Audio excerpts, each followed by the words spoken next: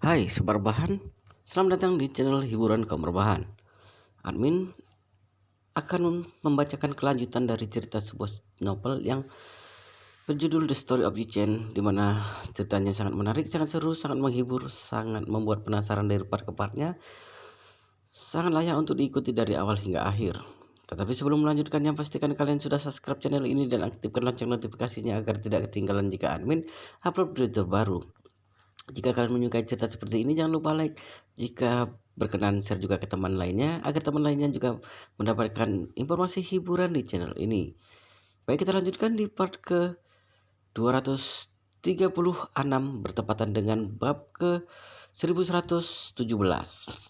Zhao Hao menghampiri Chen dengan penuh kebahagiaan. Saat dia hendak menyapa, dia tiba-tiba menyadari bahwa dia sekarang adalah sopir pribadi di Thailand, jadi dia tidak bisa bersikap ceroboh. Jadi dia dengan cepat menghilangkan kegembiraannya di wajahnya dan berkata dengan hormat kepada Li Tai, "Tuan Li." Li Tai menepuk pundaknya dan berkata sambil tersenyum, "Sejauh kamu tidak harus begitu sopan di depanku. Kamu adalah saudara Master Yi, jadi kamu juga merupakan saudaraku. Meski aku puluhan tahun lebih tua darinya, kita bisa berteman." Zhao Hao tersanjung dan dengan cepat mengangguk. Pada saat ini, Yi Chen bertanya sambil tersenyum, "Bagaimana kabarmu, Hoji? Apa kamu sudah terbiasa dengan pekerjaan barumu selama beberapa waktu ini?"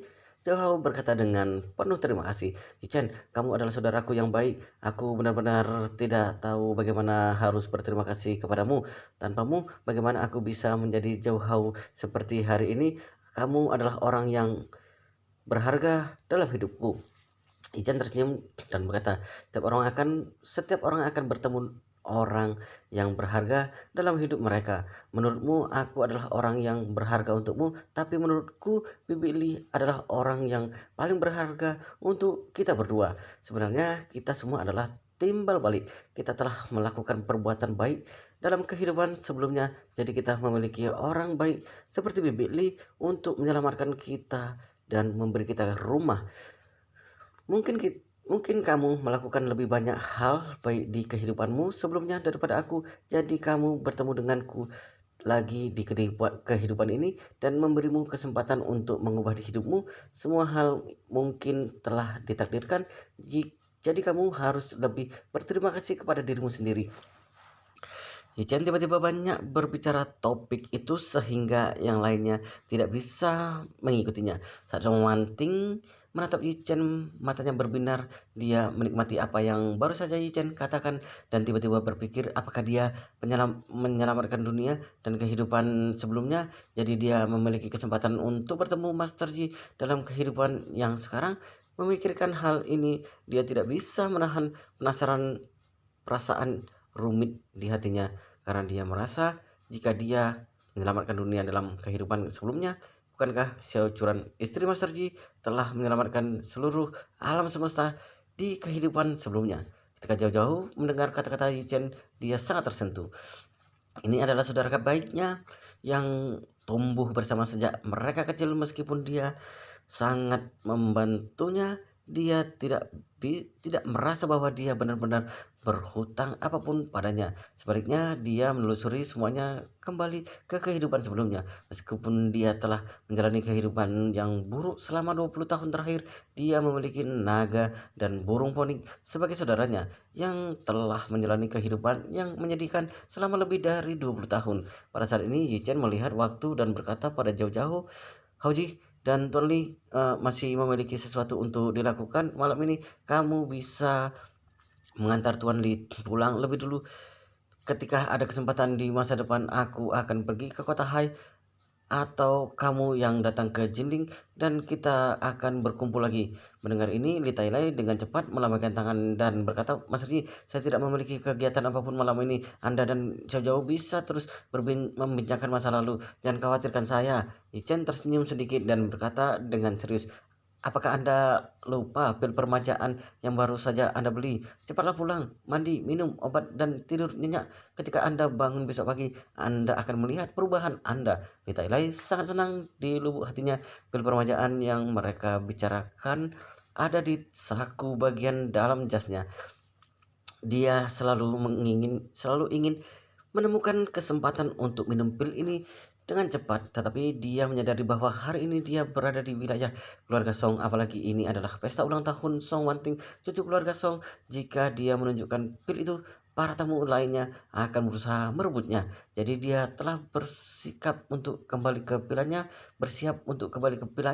di Jinling dan kemudian dengan cepat meminum pil ini. Mendengar apa yang Ye Chen katakan, dia mengepalkan tinjunya dengan penuh rasa terima kasih dan berkata, "Mas Ri, saya sangat berterima kasih atas perhatian Anda. Kalau begitu saya akan pergi dulu hari ini." Ye Chen mengangguk, berpelukan dengan lembut dengan saudaranya dan menyaksikan keduanya masuk ke mobil dan pergi. Saat ini Song Wanting berkata dengan lembut, "Tuan, ayo pergi juga." "Ya." Song Wanting mengendarai Bentley merahnya dan membawa Ye Chen keluar dari villa keluarga Song. Pada saat ini jantung Song Wanting berdetak lebih cepat. Dia tidak pernah begitu gugup di depan Ye Chen seperti sekarang.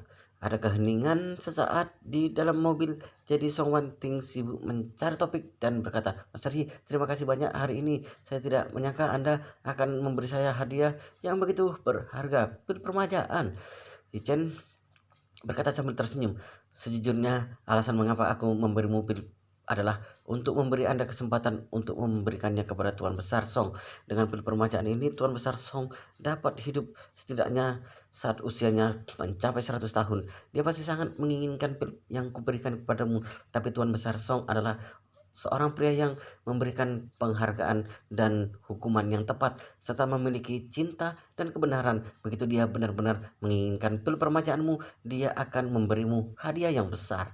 Song Wanting mengangguk dalam-dalam. "Mas Rji, Anda melakukan semuanya untuk kebaikan Wanting. Wanting benar-benar berterima kasih. Dalam kehidupan ini, jika Mas Rji memiliki keinginan, selama Mas Rji mengatakannya, saya tidak akan berani menolak."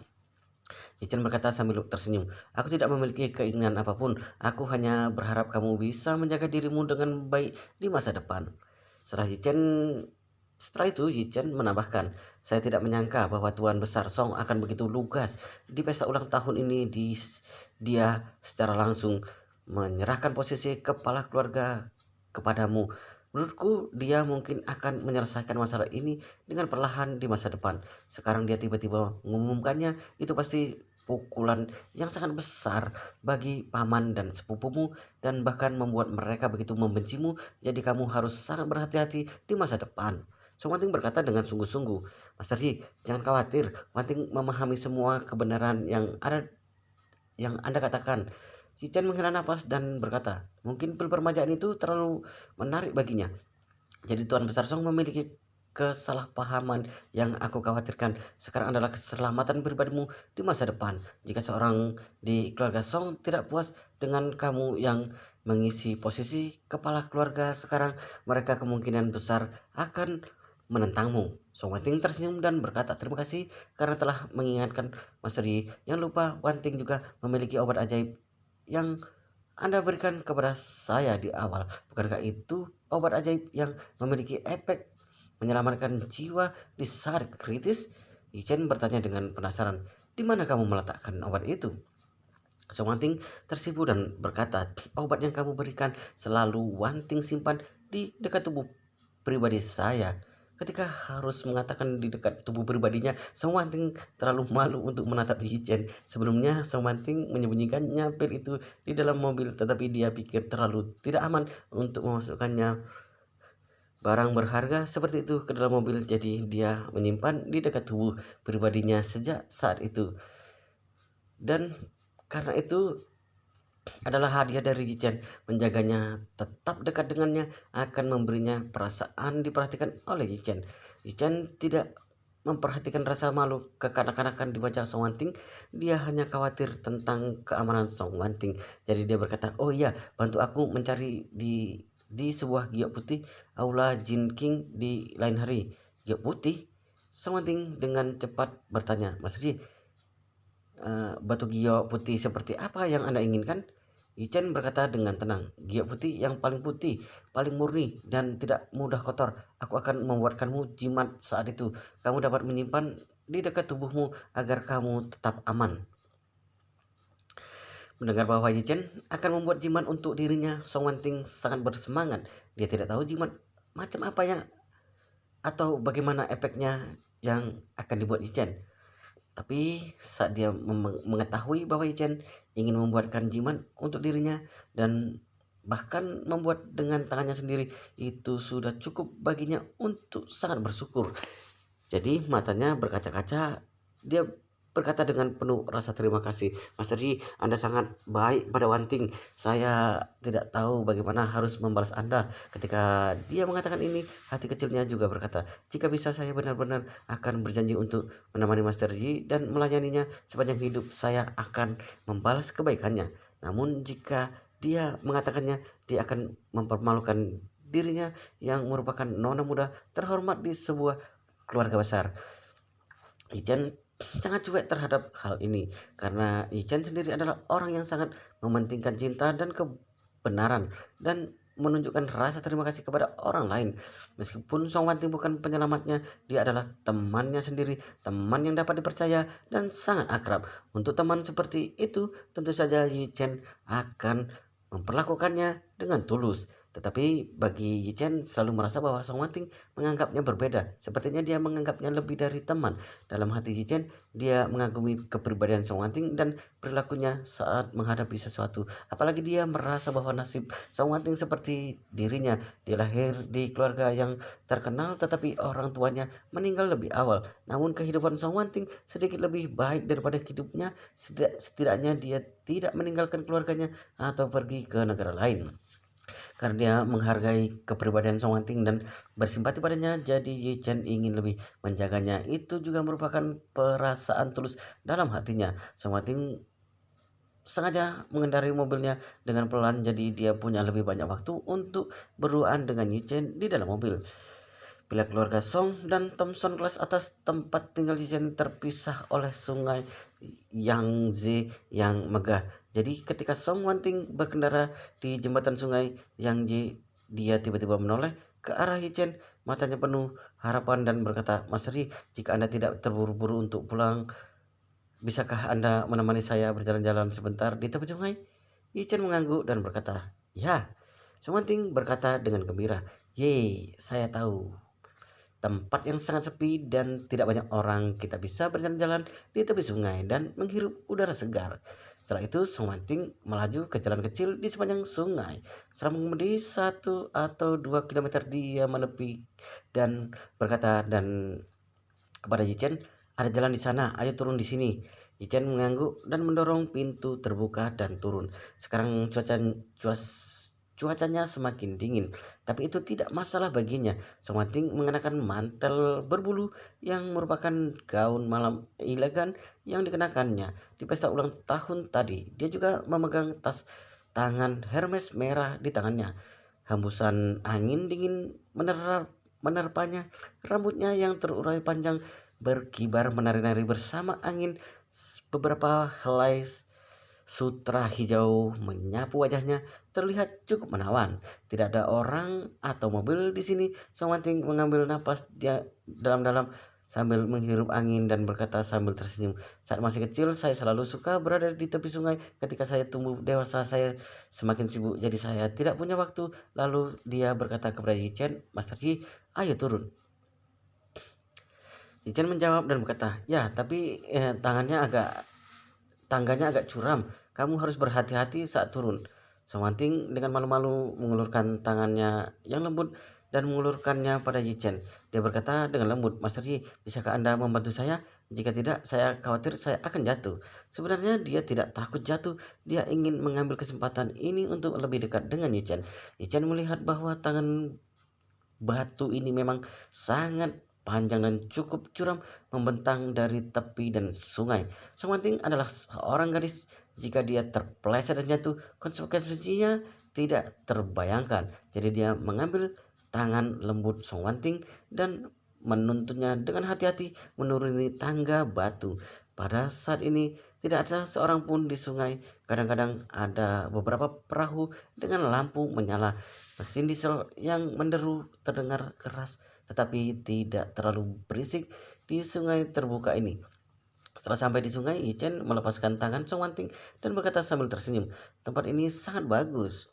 Song Wanting tersenyum membelai sutra hijau di antara telinga dan pelipisnya dan berkata, "Saya suka datang ke sini ketika saya masih kecil. Ayah saya sibuk bekerja, jadi ibu saya membawa saya ke sini setiap hari." Saat dia berkata, dia menghela napas dalam suasana hati yang sedih. Pada saat itu, ibu saya akan mengemudi dengan saya, memarkir mobil di tempat yang sama, dan mengemudi dan kemudian berjalan menuruni tangga batu yang sama seperti yang Anda lakukan.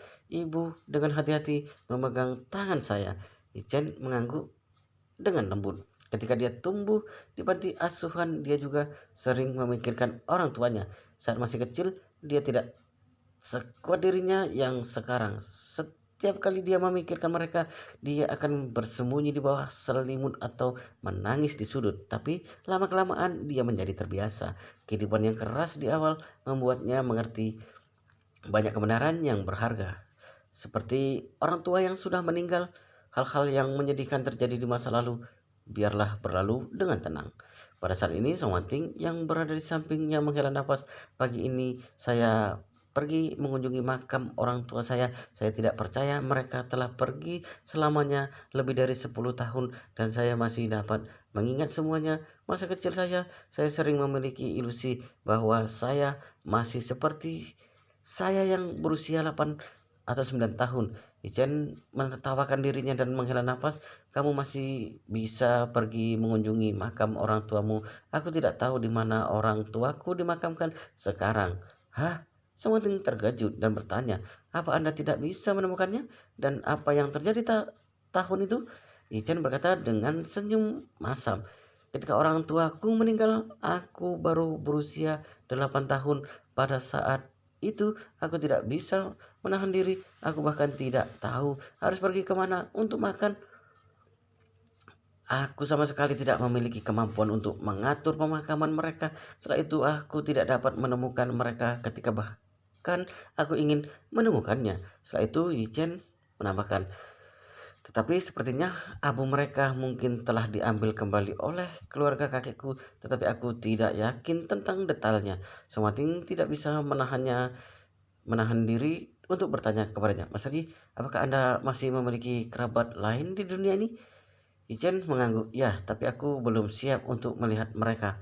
Song Wanting mengangguk, mengedipkan bulu matanya yang cantik dan berkata, "Mas Haji, ayo berjalan di sepanjang sungai."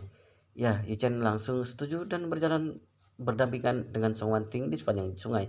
Song Wanting kemudian berkata sambil tersenyum, "Oh ya, Mas Haji, apakah Anda ingat pertama kali kita bertemu?" Ichen berkata sambil tersenyum, "Tentu saja, ayah mertuaku memecahkan salah satu pas antikmu di aula Chin King." Song Wanting mengangguk dan berkata, "Saat itu saya terkejut dengan cara Anda memperbaiki pas. Saya berpikir bagaimana seorang pemuda dapat menguasai keterampilan memperbaiki sesuatu yang telah rusak. Anda terlalu hebat." Namun pada saat itu saya tidak pernah menyangka bahwa itu hanya secuil kekuatan Master Yi. Terlebih lagi saya tidak menduga Anda akan banyak membantu saya. Ichan mengingat proses perkenalan dengan Song Wanting. Dia juga merasa itu sangat luar biasa. Pada saat itu, kalau dia tidak pergi ke aula Jiking dengan ayah mertua, secara alami dirinya tidak akan mempunyai kesempatan untuk mendapatkan kitab 9 misteri.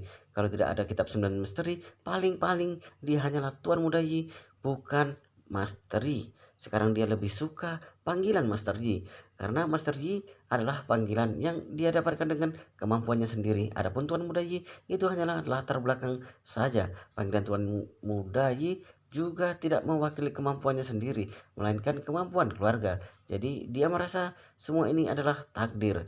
Dia memiliki takdir dengan Song Wanting juga berjodoh dengan kitab 9 misteri. Jadi dia berkata kepada Song Wanting dengan wajah serius, "Kata orang saling berkenalan adalah takdir. Sebenarnya ada banyak hal yang sudah ditakdirkan dari awal."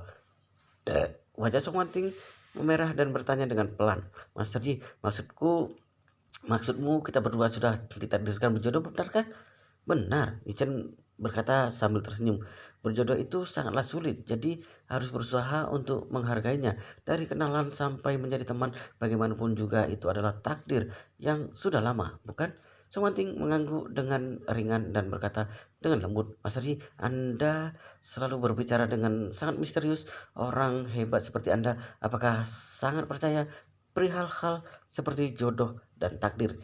Ichen berkata sambil tersenyum, "Dulu aku tidak percaya, tapi setelah bertemu dengan sesuatu hal, aku perlahan-lahan mulai mempercayainya."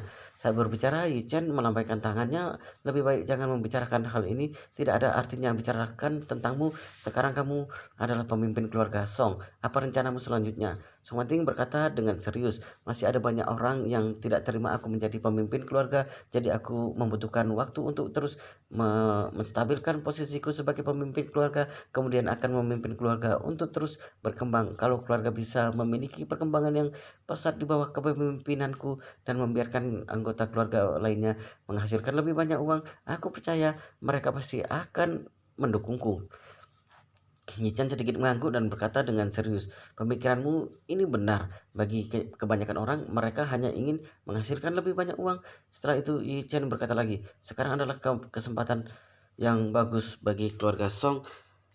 Keluarga Wu sudah jelas tidak bisa bertahan lagi. Posisi keluarga nomor satu di Janang sudah kosong. Aku rasa sekarang adalah kesempatan bagus bagi keluarga Song untuk bangkit."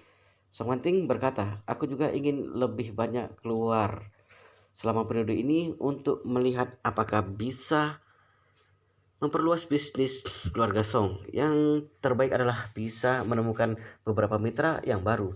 Ichen bertanya, "Apakah ada sesuatu yang bisa aku bantu?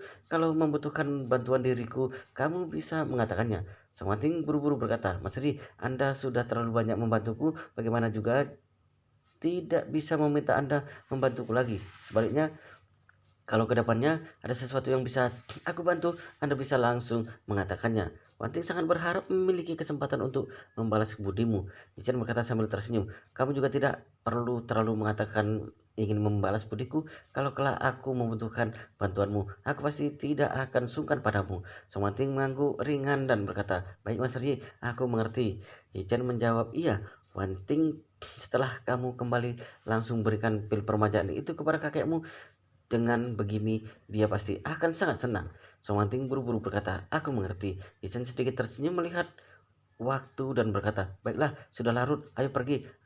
Aku yakin sekarang Tuan Besar Song pasti sedang menunggumu kembali." Song Wanting merasa sangat enggan. Dia tidak pernah memiliki kesempatan seperti ini untuk bertemu dengan Yi Chen berdua, terutama bahkan dia di salah satu tempat kesukaannya sejak kecil. Pada saat ini betapa dia ingin mengambil inisiatif untuk memegang tangan Yichen dan memberitahu perasaannya. Tetapi begitu memikirkan Yichen adalah pria yang sudah menikah, dia segera menahan dorongan dalam hatinya. Jadi dia hanya bisa berkata dengan lembut, "Baik Mas Adi, kalau begitu ayo kita kembali." Mereka berdua kembali ke tangga batu dan mereka turun. Waktu itu hati Song Wanting tiba-tiba berdegup kencang lagi. Dia tidak tahu apakah Yichen masih akan memegang tangannya. Dia sangat menikmati perasaan saat dipegang olehnya. Wow, luar biasa sekali ceritanya guys. Tapi sepertinya di part ini, di video ini sampai di sini dulu. Kita akan sangat penasaran jika tidak mengetahui kelanjutannya. Pastikan kalian sudah subscribe channel ini dan aktifkan lonceng notifikasinya agar tidak ketinggalan jika admin upload video terbaru. Jika kalian menyukai cerita seperti ini, jangan lupa like. Jika berkenan, share juga ke teman lainnya agar teman lainnya mendapatkan informasi hiburan di channel ini. Baik, kita lanjutkan di part berikutnya di video selanjutnya.